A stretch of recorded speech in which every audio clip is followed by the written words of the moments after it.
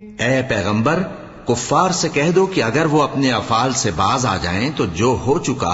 वो उन्हें मुआफ कर दिया जाएगा, और अगर फिर वही हरकत करने लगेंगे तो अगले लोगों का जो तरीका जारी हो चुका है वही उनके हक में भी बढ़ता जाएगा। और इन लोगों से लड़ते रहो यहां तक कि फितना यानी कुफ्र का फसाद बाकी न रहे